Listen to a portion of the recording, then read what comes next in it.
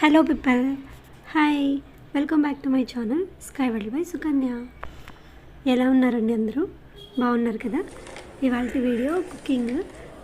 ఇవి తెలుసు కదా, ఉస్తికాయలు పల్లెల్లో ఎక్కువగా చేస్తూ ఉంటారు. ట్రెడిషనల్ రెసిపీ, బట్ చాలా హెల్దీ రెసిపీ.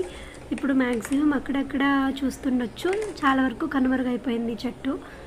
సో ట్రెడిషనల్ వేలో ఈ ఉస్తికాయల పప్పుని ఎలా చేయాలో ఈ వీడియోలో చూద్దాం. ఇదిగోండి, ఇక్కడ ఇండియా నుంచి ఇక్కడ పంపించడం వల్ల లైట్గా కలర్ చేంజ్ అయిపోయి బ్లాక్లో అయి ఉన్నాయి. నార్మల్గా అవి థిక్ గ్రీన్ కలర్లో ఉంటాయి. కొద్ది రోజుల తర్వాత కొయ్యకుండా వదిలేస్తే మాగిపోయి గోల్డ్ కలర్లోకి చేంజ్ అయిపోతుంటాయి. సో ఈ టైంలో ఉన్నప్పుడు మనం వీటిని కోసుకోవడం మంచి టైము. చూడండి, ఇవి అన్ని కాయల్లాగే వీటికి కూడా చిన్న చిన్న తొటాలు ఉంటాయండి. వాటిని కాయలు కోసుకునేటప్పుడే వాటి నుంచి సపరేట్గా వీటిని తీసేసుకుంటాము.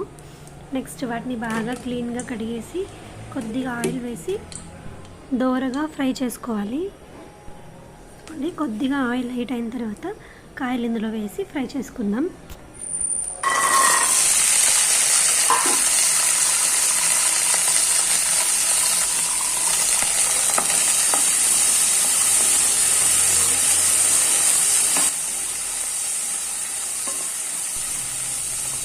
మీడియం ఫ్లేమ్లో పెట్టుకొని ఇలా అన్ని వైపులా తిప్పుకుంటూ కాల్చుకోవడం వల్ల పచ్చివాసన లేకుండా కాయ లోపల నుంచి ఉడికి మంచి టేస్ట్ ఉంటుంది.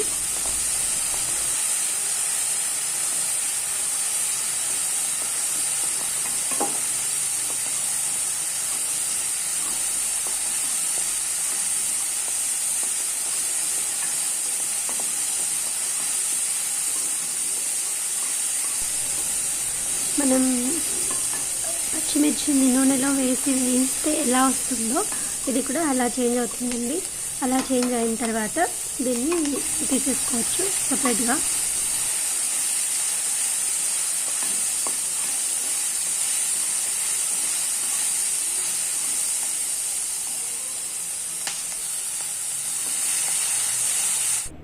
ఇదిగోండి, ఇలా ఉంటుందండి.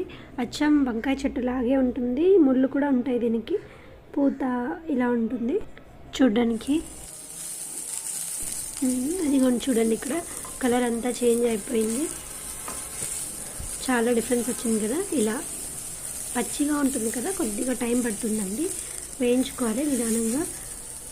ఎక్కువ ఫ్లేమ్ పెట్టేస్తే మాడిపోయే ఛాన్స్ ఉంటుంది కాబట్టి తక్కువగా పెట్టుకొని ఇలా స్లోగా అడ్జస్ట్ చేసుకుంటూ ఫ్రై చేసుకోవాలి. సో దీన్ని తీసేసి, సో ఏ కూరకైనా మనకు ఉప్పు, కారం, పులుపు కరెక్ట్గా ఉంటే సరిపోతుంది. సో ఇప్పుడు కారం కోసం పచ్చిమిరపకాయలని నూనెలో వేసుకొని వేయించుకుందామండి.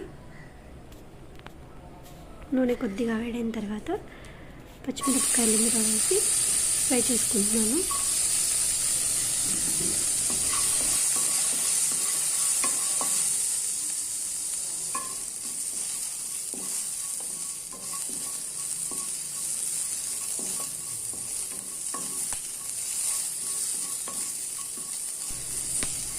ఇవి కూడా మంచిగా దోరగా వేగిన తర్వాత తీసి ఉస్తికాయలతో పాటు సపరేట్గా పక్కన పెట్టుకుంటున్నాను.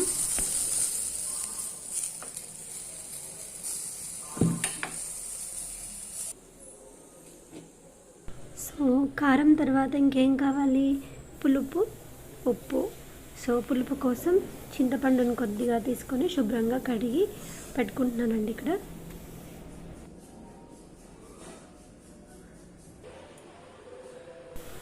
సో మన పప్పుకు సరిపడా కందిబెడల్ని కూడా తీసుకొని శుభ్రంగా కడిగి కొద్దిసేపు నీళ్ళలో అలా నానబెట్టుకోవాలి.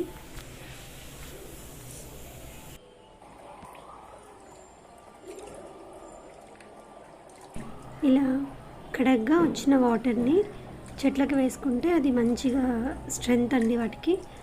సో కడుగు నీళ్ళని చెట్లకు వేయడం వల్ల వాటికి మంచిగా వెళ్ళిపోతుంది. నెక్స్ట్ టమోటాస్ అండి. ఒక 2 చిన్న సైజు టమోటాలని కట్ చేసి పెట్టుకుందాము. పప్పు కడిగేసింది.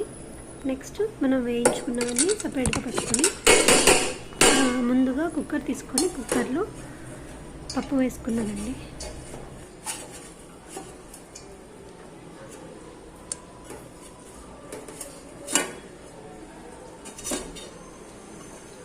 ఇది చాలా సింపుల్ అండి.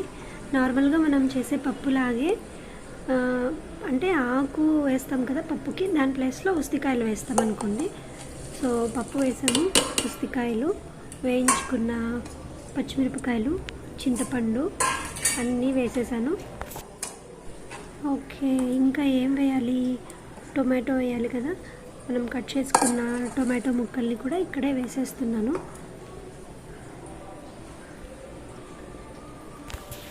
కలర్ఫుల్గా ఉంది కదా, బాగా గ్రీన్ రెడ్. నెక్స్ట్ ధనియాల పొడి అండి, ఫ్లేవర్ యాడ్ అవుతుంది, హెల్త్కు మంచిది. కొద్దిగా ధనియాల పొడి, పసుపు పొడి వేసుకున్నాను.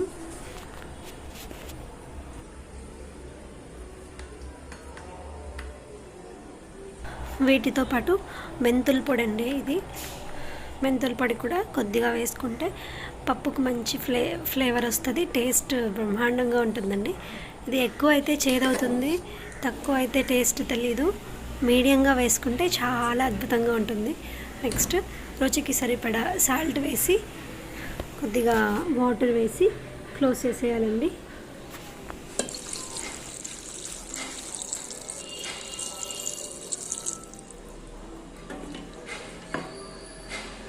ఇంక చాలా అందంగా కనిపిస్తుంది కదా, తినడానికి కూడా అంతే అద్భుతంగా ఉంటుందండి.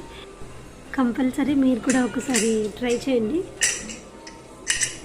వేడి వేడి అన్నంలోకి, సంగటిలోకి చాలా బాగుంటుందండి. ఇది సేమ్ పప్పులాగానే లైక్ రోటీ చపాతీస్లో కూడా వేసుకొని తినొచ్చు మనము, యాజ్ అవర్ కంఫర్ట్. ఒక 4-5 విజిల్స్ వచ్చిన తర్వాత ఓపెన్ చేయగా ఇలా ఉందండి. అదిగోండి, పచ్చిమిరపకాయలు అన్నీ బాగా ఉడికిపోయింది. నేను ఇప్పుడు వాటర్ని రిమూవ్ చేసేసి మెత్తగా స్మాష్ చేసుకుంటున్నాను.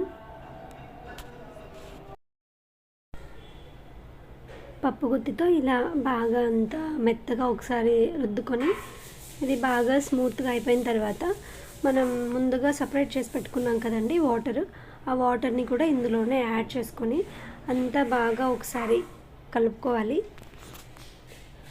ఒకసారి కలిపిన తర్వాత టేస్ట్ చూసి ఇక్కడ ఏమైనా సాల్ట్ అది తక్కువ ఉన్నా యాడ్ చేసుకుందాం. కొద్దిగా మిరపకాయలు తక్కువ ఉండే ఛాన్స్ లేదు, కారం ఎక్కువనే ఉంటుంది, కాయలు ఎక్కువ వేసాం కాబట్టి. సో సాల్ట్ చూసి టేస్ట్కి సరిపోయేలాగా వేసుకోవాలి. తర్వాత దీన్ని పోపు వేసుకుంటే సరిపోతుందండి. నెక్స్ట్ పోపు కోసం ఆయిల్ వేసుకొని ఆవాలు, జీలకర్ర, శనగబ్యాళ్ళు, ఉద్దిబ్యాళ్ళు అన్నీ వేసుకొని దోరగా ఫ్రై అయిన తర్వాత ఆనియన్స్, కరివేపాకు కూడా ఇక్కడే వేసుకుంటున్నామండి.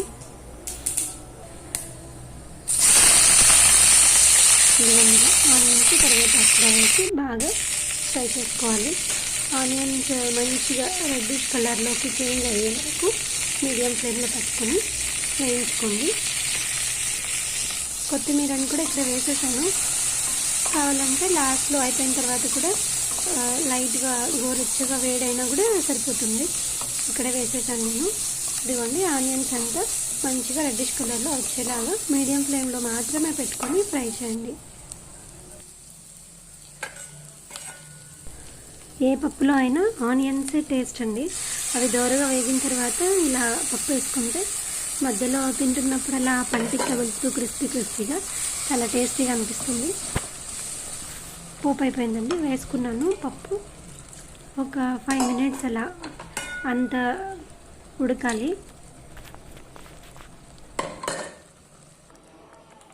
అంతే అండి, టేస్టీ హెల్దీ పుస్తకాయల పప్పు తయారైపోయిందండి. మీకు ఈ వీడియో నచ్చినట్లయితే నా ఛానల్ని లైక్ చేయండి, షేర్ చేయండి. అలాగే నన్ను సపోర్ట్ చేయడానికి సబ్స్క్రైబ్ చేయడం మాత్రం మర్చిపోకండి. Thank you so much for watching. Keep watching my channel.